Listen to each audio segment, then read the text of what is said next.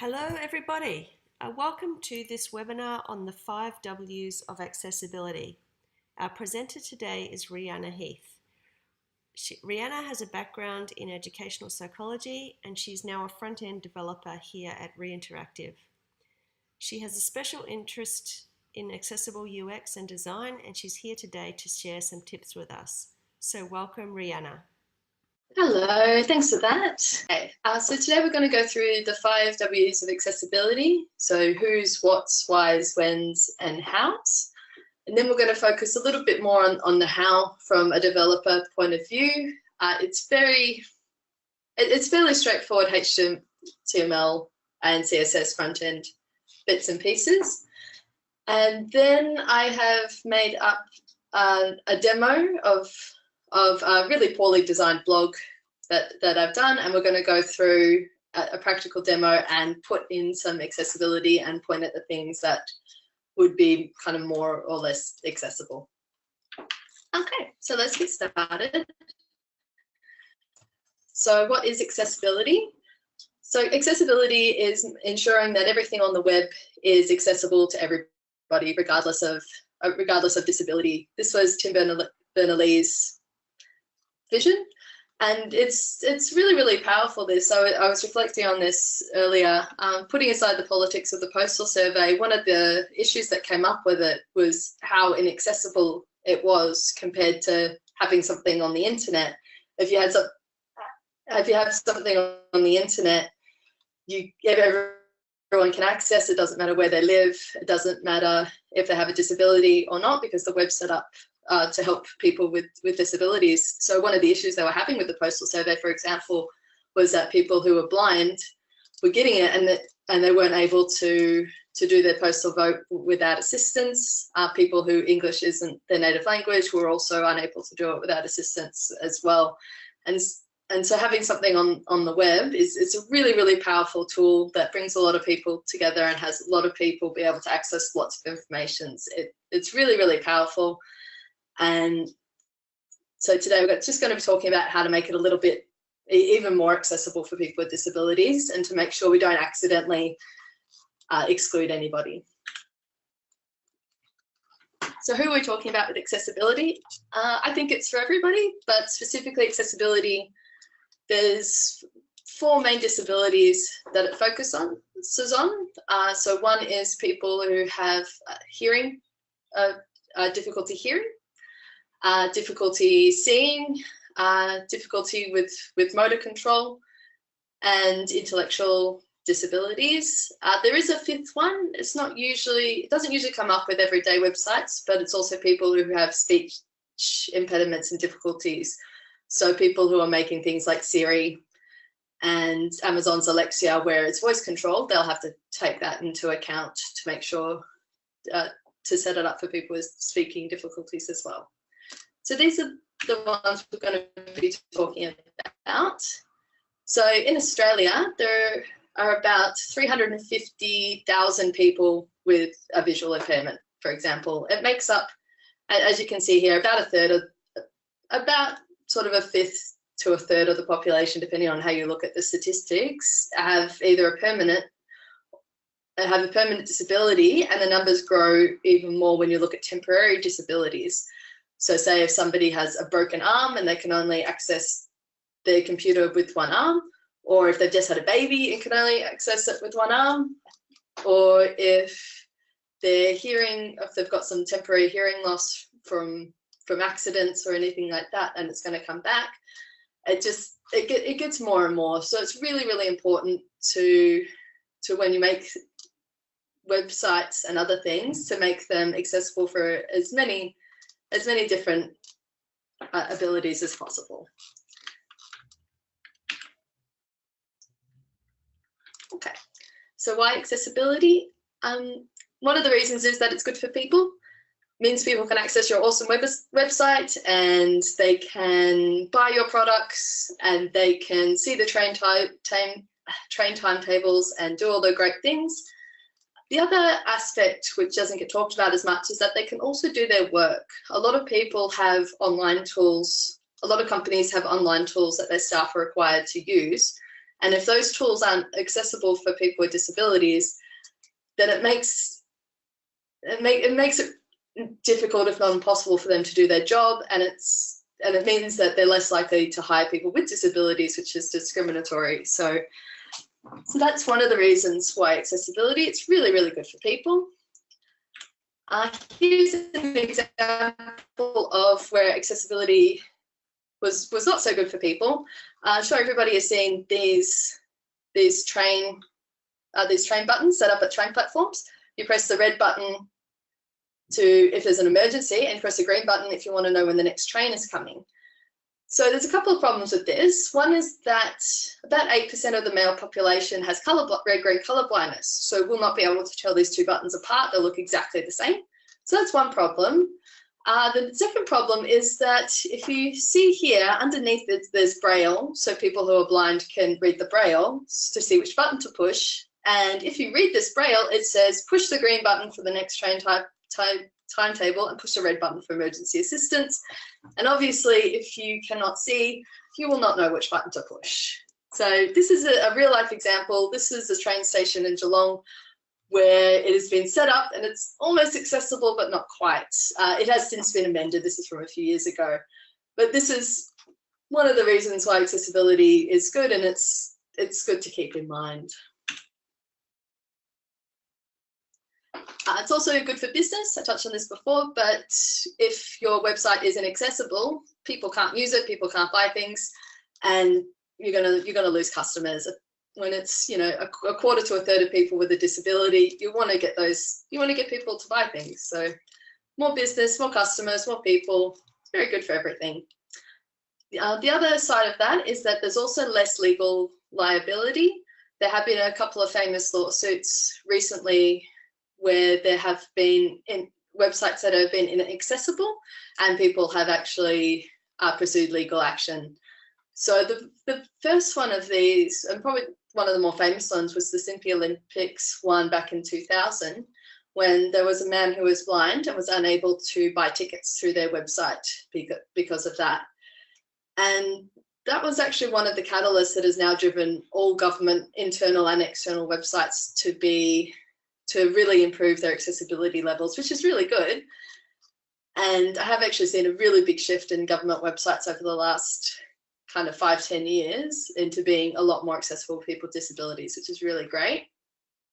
Another famous lawsuit recently was the Coles lawsuit. So Coles have online shopping, which is really great, especially if you're unable to do shopping independently. However, after an update on their site, you were no longer able to buy groceries through their site if you were using a screen reader. So one of the tools that you use if you have a visual impairment is a screen reader, which reads the screen out to you. But after this, they were no longer able to do it. They could get all the way to the end, but then they couldn't pick a time for delivery. And yeah, the lady in question tried really hard to work with them to make their site more accessible. However, unfortunately, it didn't really work out, and so there was legal action was pursued. I'm fairly sure it's now been updated so that it is accessible for people with disabilities again, which is really good. There's been a lot of similar ones like this happen in the States as well. I think Target as well in the States have had issues with this.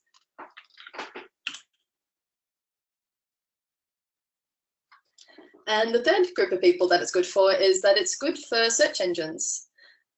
The most important blind visitor to your website is Google. So if you make it accessible and the content accessible, then it really helps Google figure out what your site's about, and so it can show your search results. And Google is actually pushing for a lot of changes in these sort of areas. There was a recent one where they were prioritizing websites that were really good on mobile and had a good mobile view over ones that weren't as much, and now they're prioritizing ones that are accessible over ones that are not as accessible, and I think they're going to continue pushing for that as well. So that's another really good reason to invest time in accessibility. All right, so when accessibility, ideally it should be in every phase of development. So the first phase, the design phase, when you're putting it together, you're putting together the colors and the content and all that. One, as I said before, there is a large amount of the population that are red-green colorblind, so you have to be really careful when you choose colors that it doesn't get obscured. So no red text on green backgrounds, because 4% of your population aren't going to be able to read it. Also, there's one later that I'll talk about too, which is an appropriate color contrast. So making sure that people can really read your text and that it stands out from the background, so that people who aren't completely blind, but some have partial blind and some have tunnel vision and some need to have really thick glasses and need to zoom in like me, and they need to keep those color choices in mind. So while some colors might look really, really nice on paper, they might not look so great if you have trouble seeing, for example. And so it's really good to keep color choices in mind. The next stage is development. So this is the main one I'm going to be talking about today. So this is what your front-end developers can do and parts that they can add in order to make it more accessible for people with disabilities.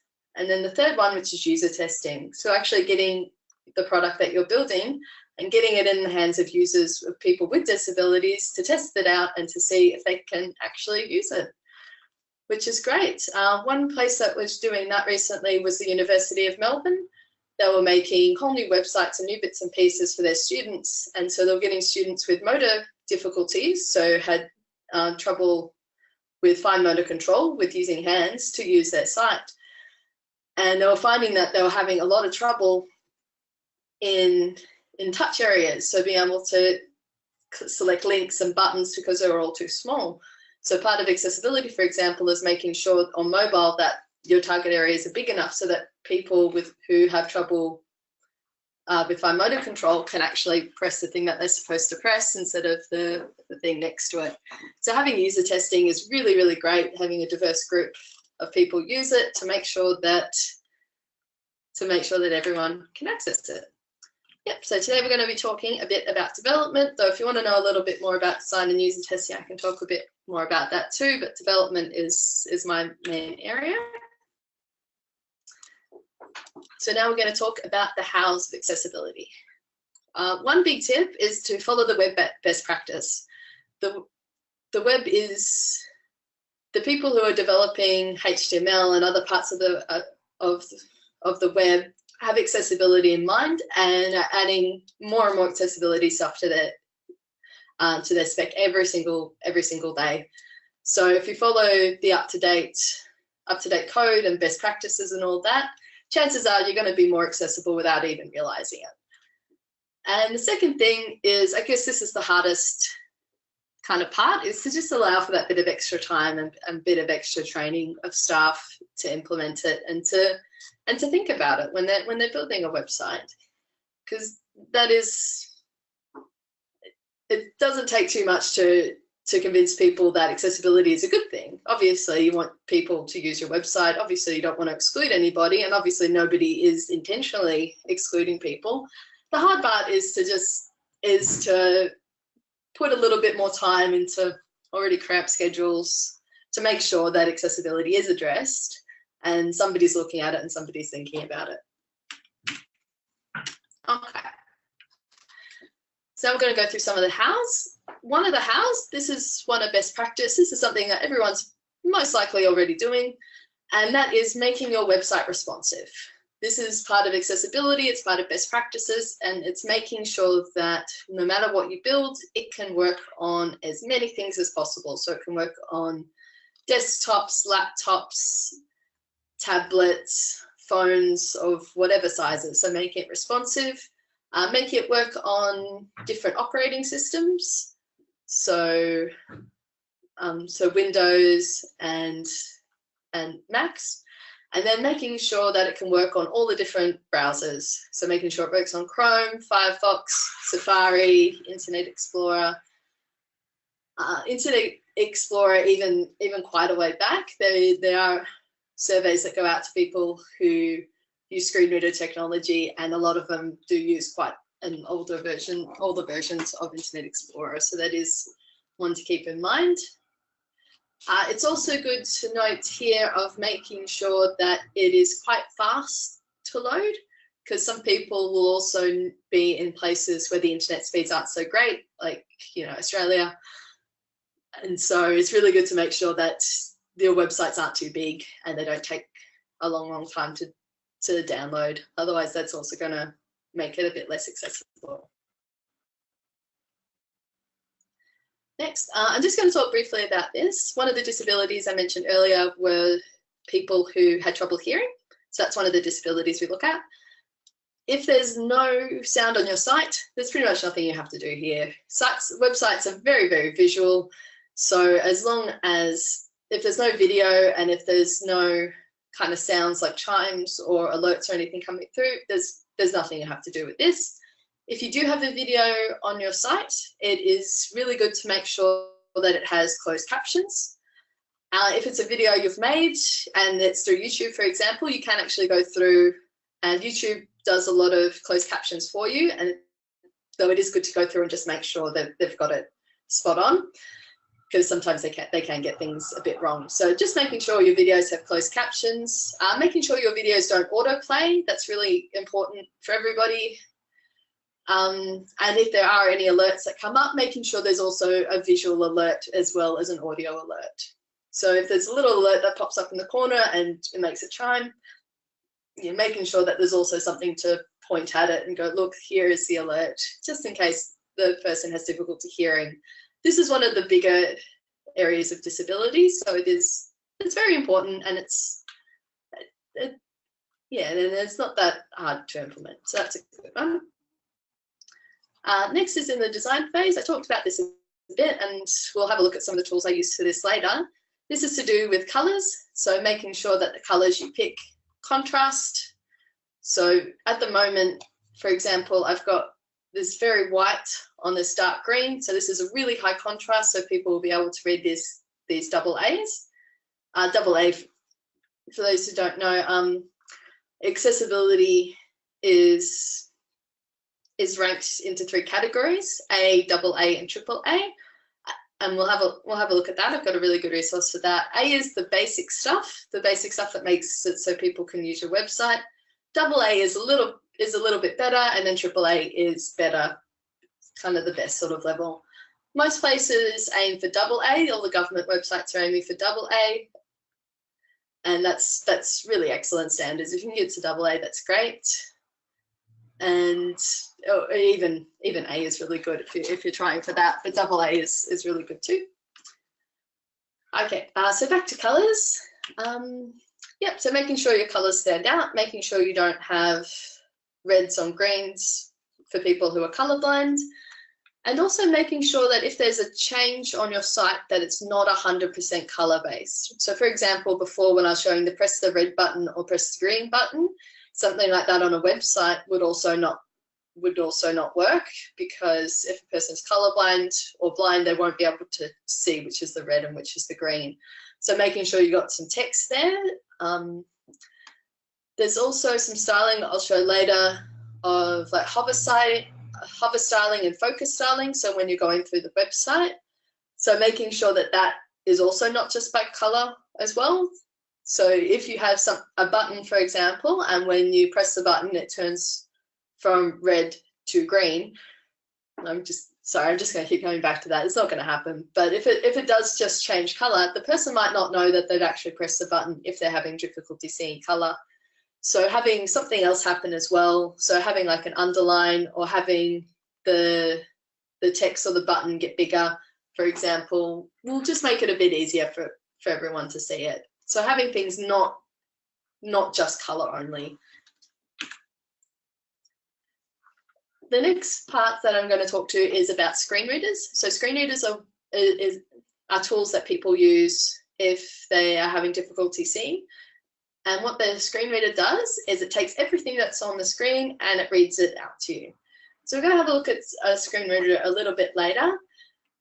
There are a few different types of screen readers. So one comes free with Mac, and it's called VoiceOver, and I'll show you how to have a look at that. It comes with training. The training only takes like half an hour to go through, and then you can actually test things in it. It's It's completely free. It's on everything. It's also on all their phones and tablets and everything. So that's, yeah, so that's really, really good.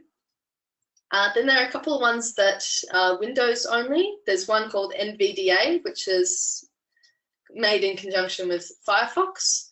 So that's a free one that you can use on Windows that will read out the screen to you, which is great. There's also JAWS on Windows, which is a screen reader.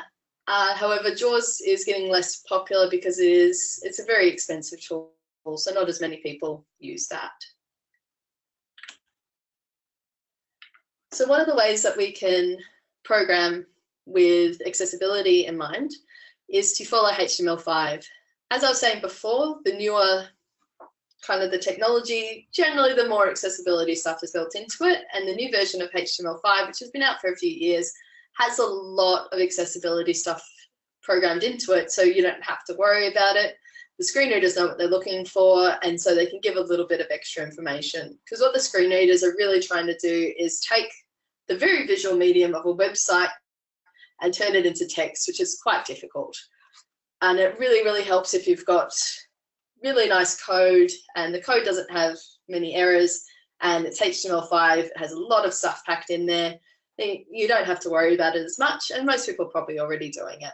So if you've got your header tags, nav tags, footer tags, if you've got your labels and inputs married up with the for and the IDs, all that sort of thing can just go a long way, and probably already doing it anyway. So that's a really, really good tip. The next one, the W3C have made a lot of additional attributes that you can put into your HTML, and they link up to the screen readers and give them just a little bit more information and help people navigate through the site.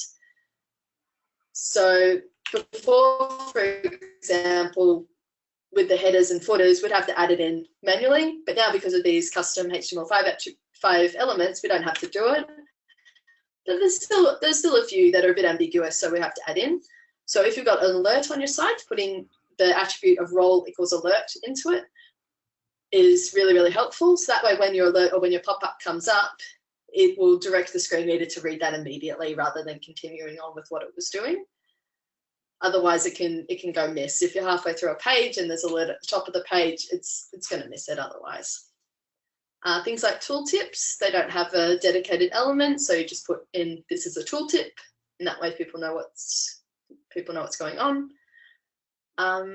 Parts with maths, you can put that in too, and then it will read out the maths properly, otherwise it gets a bit clunky. And there's also a few things called ARIA tags, so these ARIA labels, ARIA required, ARIA bits and pieces that you can put on there as well, and it just gives the person a bit more information. So ARIA required true is a good one if there is an input on your site which is required for them to fill out. It'll just tell them, well, yeah, you have to fill out your name in this form, otherwise it's going to give you an error. Another thing to keep in mind are images on a site. Obviously images are very visual. So there are two types of images to consider on your website. One is if they're essential, if they have information on it, if they have writing on it. So for example, a company logo, it's really good if you put an alt tag on your company logo that says the name on it so they know what they're looking at, because the screen reader won't read it if it's an image. And if it's the second type of one is if it's just a background or decorative image. What you can do there is you can put your alt equals nothing, and then it will ignore it, which is good, because if it's just decorative, the person with the screen reader doesn't need to know what it is, and it's just going to make it all go a bit quicker. One of the other things to consider for the screen readers are links. So all the links on the site work a lot better if they are unique. One of the ways that you can use a screen reader to quickly go through a site is by links. So you can skip from link to link to link, or at the start you can get a list of links. So if your site is a blog, for example, and each blog post has read more, you might get a list of 10 links and they all are called read more, and the person using the screen reader has no idea what what they are to do with anything. So one of the things you can do here is you can put in a bit of hidden text. So for example, here I've put a span with the class screen reader only, so it doesn't appear on this, you can't see it on the site, but you can put in a bit of hidden text there so the person with the screen reader gives them a little bit more context.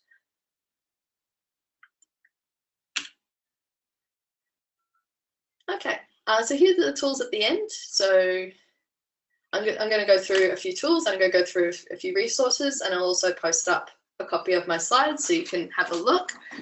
So right now we can go through a couple of my tools that I use, a couple of my resources, and we can go through the inaccessible site that I made, and we can add in a few accessibility things and kind of get a feel for how it works.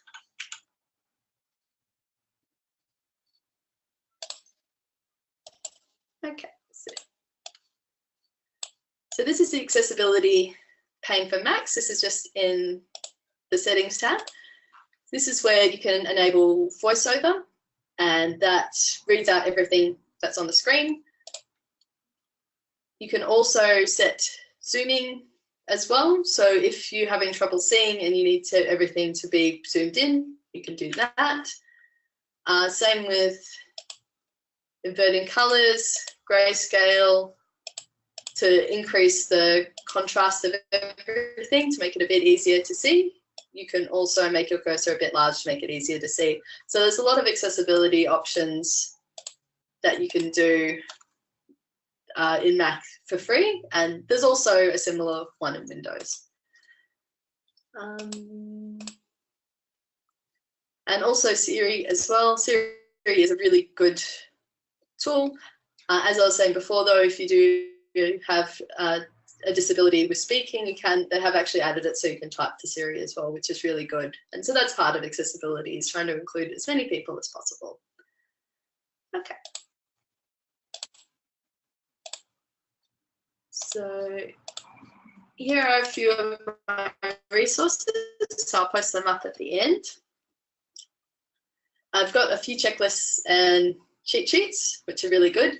So this one has the level A that I was talking about before. So these are the beginner ones. These are the ones that most people kind of just get. So this is like providing alt tags is what I was saying. Making sure your page has a language, making sure that there are nice titles, making sure that your layout makes sense and that a person looking at it can figure out what to do. I'll talk about a few of the other ones later. And then this one also has like the level AA and the level AAA. It is a lot to look at. I wouldn't go through and read all of these at once. It is a bit full on, but everything that I'm talking about is going to be referenced in here. This is another good one that I'll post as well. So this is when I was talking about the roles and the ARIA labeled by. This has a whole big cheat sheet, and it has all your HTML5 ones here, and it has what roles that it has by default. And if it's blank, that means you have to do it manually. That's pretty much all that means.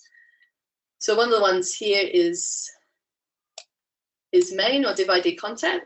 So that's one that we're going to be doing. We've also got the headers and footers that we'll be doing too, and I'll show you how they look to a screen reader. This is one of the other ones I use too. This is a contrast checker. So here you can put in 2 different colors that you're using on your site.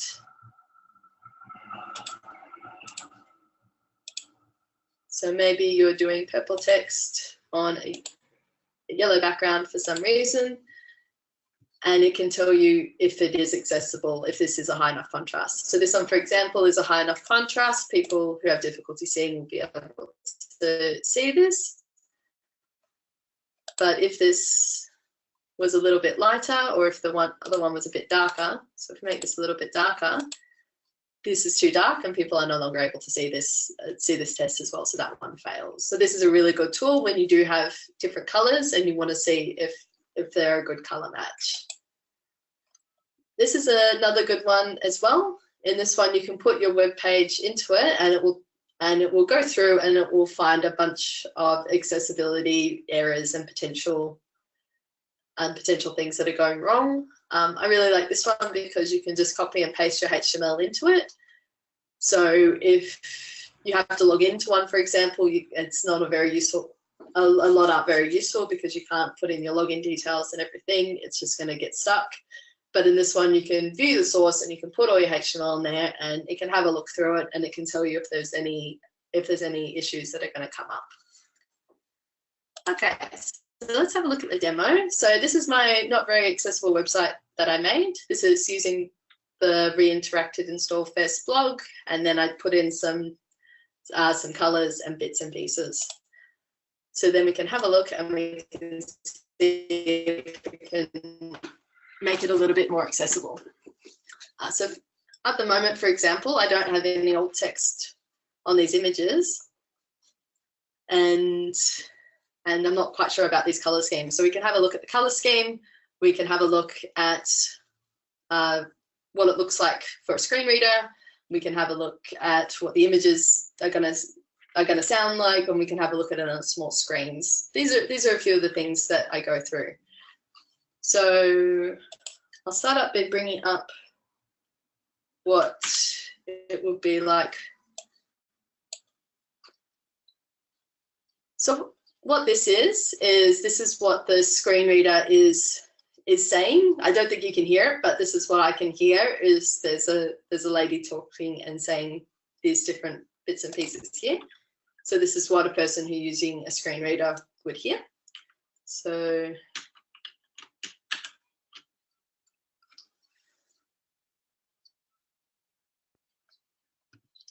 for example, this just said web content banner 99 and gave me this big long number, and it said it was an image, but it didn't really give any more information than that. So what we can do is we can go into where this code is. So let's have a look. We can go in here and we can see that this is our image tag here, and it just said this really long number all at once, so we don't really like that. So what we can do is we can give it an alt tag. This is in Ruby on Rails, so it might look a little bit different if you're not used to that, but we can give it an alt tag of nothing. We can save that and refresh and have another look and see if that looks different, because it is purely decorative, this one. So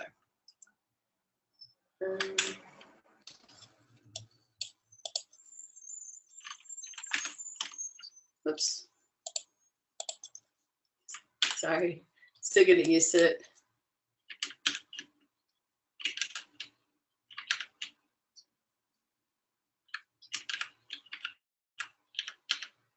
So now I can't actually get to the image before it was going onto the image, and it was giving the really long image source tag.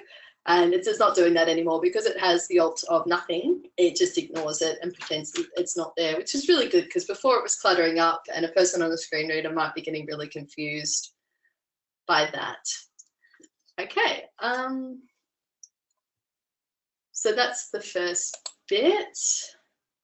Then if we open this one up again, we can have a look.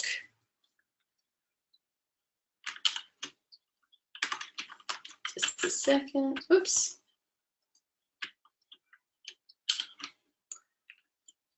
Okay, so this is one of the menus that you can come up when you're using a voiceover, when you're using a screen reader. So one of the ones is a list of links. So this is what I was talking about before. So these are the different links. These are the ones, and they're going through, as you can see, and they're finding the links of the different blog posts, and they're looking at new posts. So instead of having to go through every different section manually all the time, they can actually skip to links. One thing they can also skip to is headings. So this has the different headings and the different heading levels. So if they like, they can scan through that. Just like somebody would do if they were looking at an actual site, they can scan through, they can look at the headings, they can find something interesting, and they can skip to that heading. So it's really important to have all your headings marked up correctly and in the 1, 2, 3, 4 order as much as you can to make it make sense. There's no items in WebSpot's menu yet.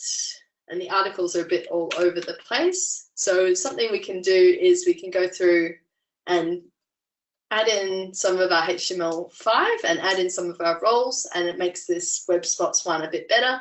And then that's another way that people can use the screen reader in order to go through it. They can find things and they can skip to it. So we'll just close that one and we'll go back in here. So at the moment, our header is just a div class header. So if we can actually give that, we can use the HTML5 element of header. We can add that in. We can use the HTML element of main for our main plot, and we can use the HTML element of footer for our footer. So we can do that, we can update that, and we can have a look.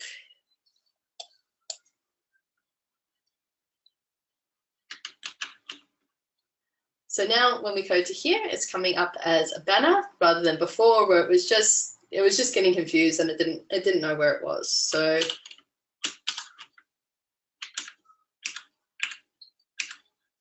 okay, so now we have a landmark, sorry, not web spot, where it's given us our banner. So that's one of the landmarks we can go to.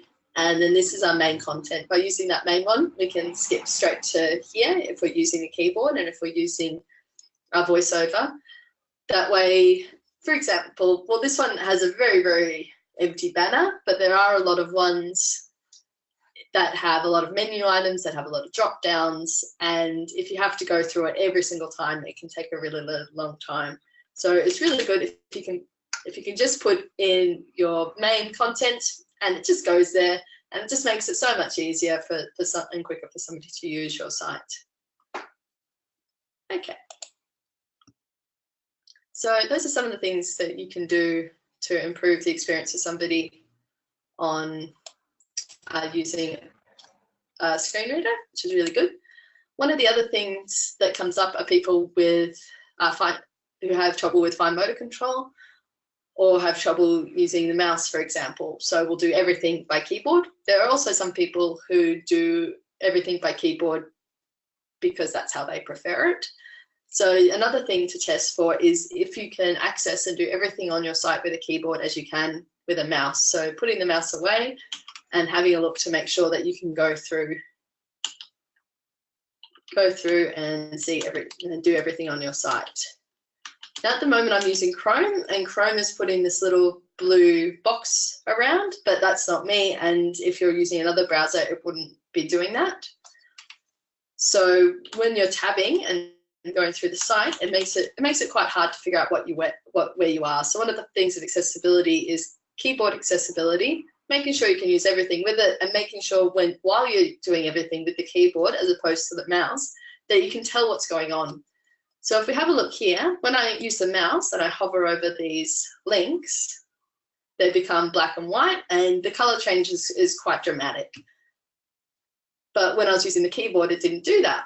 And that's a really, really quick fix. We can go into our CSS and we can fix that up, and then it will work a lot better. So if we go into our CSS and we find, this is our A tag, this is our links, this is our hover styling. So when it's on hover, the color becomes white and the background color becomes black. Sorry, this is Sass if you're not familiar with it, but you can do the same thing in basic CSS. And you just give it a focus styling. You give it the same focus as you do hover. Focus means keyboard focus. So now when we refresh that and we go back to it, where we use the keyboard now, we can see where we are in the site, which doesn't look like it matters too much on this one because it's quite a small one, but you do get sites, and there are a lot of single page apps and sites that are really, really long, and if you're using the keyboard, you can get really lost and it can go all over the place, and it can be quite unusable with the keyboard. So now we can test through everything and we can use the keyboard for navigation. Okay, same thing here. I'm going through everything with the keyboard and nothing's really happening here. There's also nothing happening on hover. So that's also something we can add in. We can go find the buttons. Okay, here's our button here. So what I'm going to do is I'm going to put in some hover and focus styling. on our button. I'm going to put some transform on it. And what I'm going to do is I'm going to make it so that when you hover or focus on the button, it makes it get bigger. So when you go over it, it makes it get bigger and it makes it obvious that that's what you're going to do. Same as when you tab to it. You tab to it and it gets bigger. You can do the same thing with inputs here. So I've got a text area here. You can do the exact same thing as, well, you wouldn't do scale with these ones, but you can do the exact same thing here, is that you can give it a background color, for example. This is just to show, you wouldn't actually. So when you go to it and when you focus on it, something happens to show you that you're on there and that it's changed. It's got to have something there to show where you are. Another part of accessibility, while we're on the form, we'll have a look here, is error management. So this is something I added in before. This has, so you've got to create the post. Those ones were both mandatory and we've tried to create it and it's come back and said that these errors are prevented from being saved. The body can't be blank and the title can't be blank. So there's a couple of things here. One is that there was nothing on here which said that these were required, which isn't great. So we can go back to our form and we can put aria required is equal to, oops, not quite sure if Rails let me do it. They've probably got another way of doing it. Oh, no, I'll have to look into that one a bit later. But you can put in that it is required through there. It'd probably be better if we had some labels and stuff up here, and that maybe we had like little stars. And we could, pretty it up later, but have little stars so that people know that they're required. While it doesn't seem like too big of a deal in this sort of one, when you do get really big, long forms or questionnaires with I've seen some with 100 questions on one page, it really, really helps to let people know which ones are required and which ones are optional, or that they're all required or all optional, so they don't go through and get a big shock at the end when there are lots and lots of errors.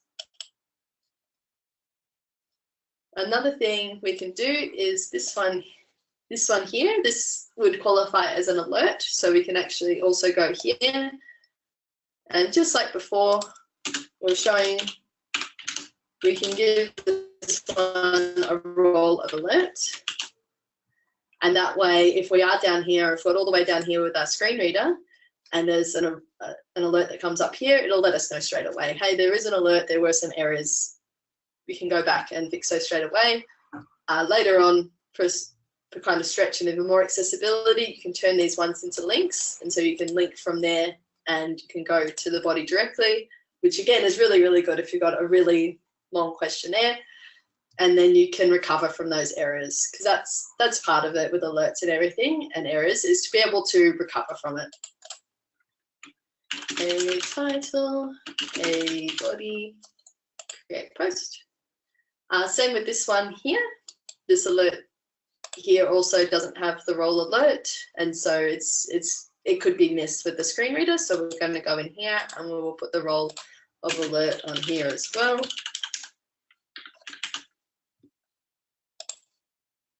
On our notices.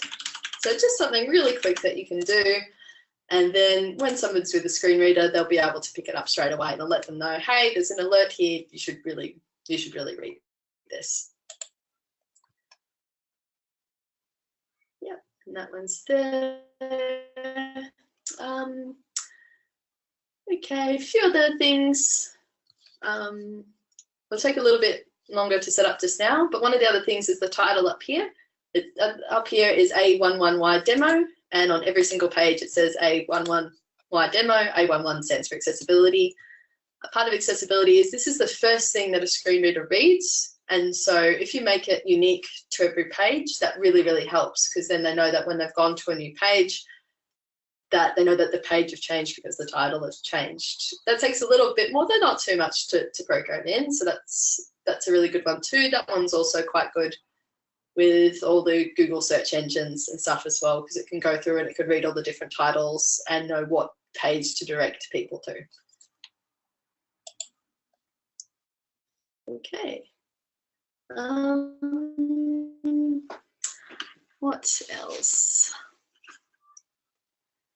Yes, so the colors on this site aren't great. So we're going to have a look at these colors and we're going to see if we can make them a little bit more accessible. So I've got this color picker tool, otherwise you can. So it's picked up my color here. Otherwise you can have a look at the source code. Otherwise you've probably got, here's something around which shows you what the colors are. That's our background color. Oops. Forgot you can't use the hash.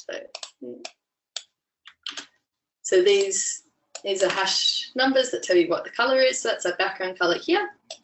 And then our foreground color is, so we'll have a look here at 666. So I'll put that in. And we can have a look at that and we can see that it's accessible if the, for headings and things, if the, sorry. If the text is quite big, it is accessible. So if it's this big, you can read it, but if it's this small, you can't. And so this would not be a very accessible color scheme. So this is something we can go through and we can fix. So we can either make this background a bit lighter, or we can go through and make this a little bit more, a bit darker. So if we make it a bit darker, for example, to a bit darker grey, for example, we can see that it passes all the checks and this is a lot more accessible. We can also have a look and see what it would look like if somebody had their grayscale one on. So what we're going to do now is we'll go through and we'll update that. So anything that was the 666, we're going to go through and we'll make it 333 instead, just to make that a little bit more accessible. So now these are a little bit darker now. Okay, another thing that you can do for people who are having trouble seeing, one thing that they often do is that they zoom in. So one thing to check with your website is to make sure that if you zoom in onto your website that it doesn't break the layout. Sorry. So 200% is the recommended guideline for that. So that looks okay. Let's have a look at another site. That looks okay too. Everything has zoomed in. So part of what I've done here is I've done a lot of things with percentages. If you make things really, really fixed width, so not responsive, it can really break the site, and when you zoom in it doesn't look very good.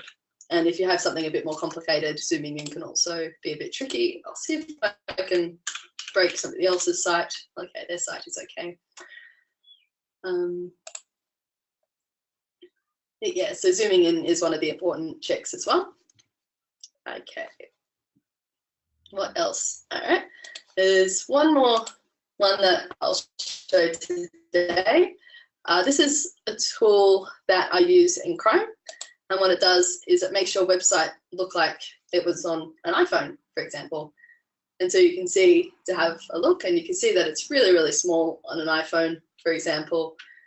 And so you'd go through and you'd put in some specific mobile styling to make it a bit bigger on iPhone and to make sure that they can get to everything.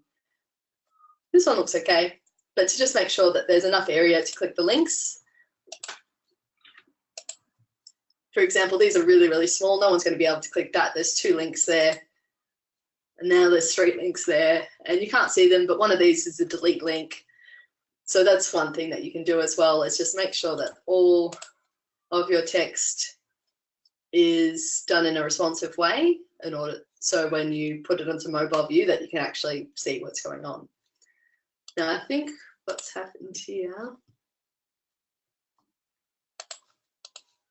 let's just see if it was this one. No, okay.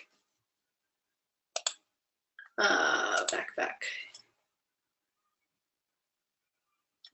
Yeah, so that's another thing you can do. This one's quite good because you can also see what it looks like on iPad and what it looks like on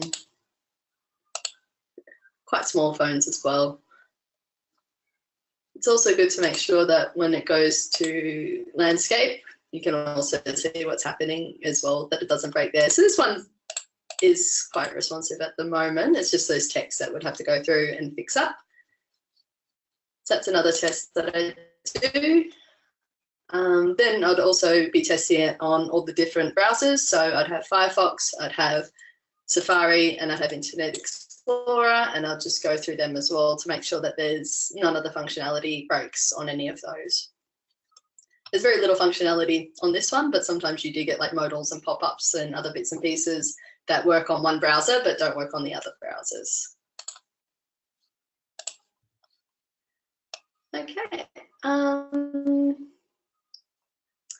so that's all of those examples. Does anyone have any questions or anything they'd like me to see add before we finish up?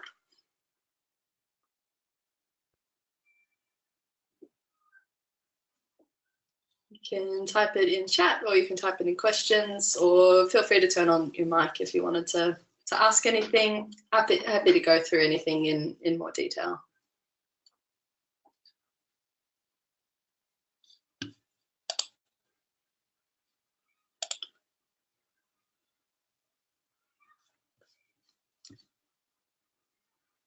All right then, I might just post up my slides so that people can grab those if they'd like to.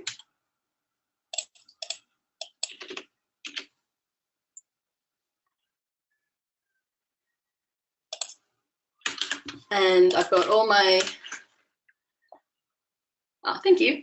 So I've got all my resources on there, all the resources to all the news stories and bits and pieces, all the resources for all the checkers and all the things that I use. There is a lot of stuff out there, and I really hope that helps you get started. Thank you.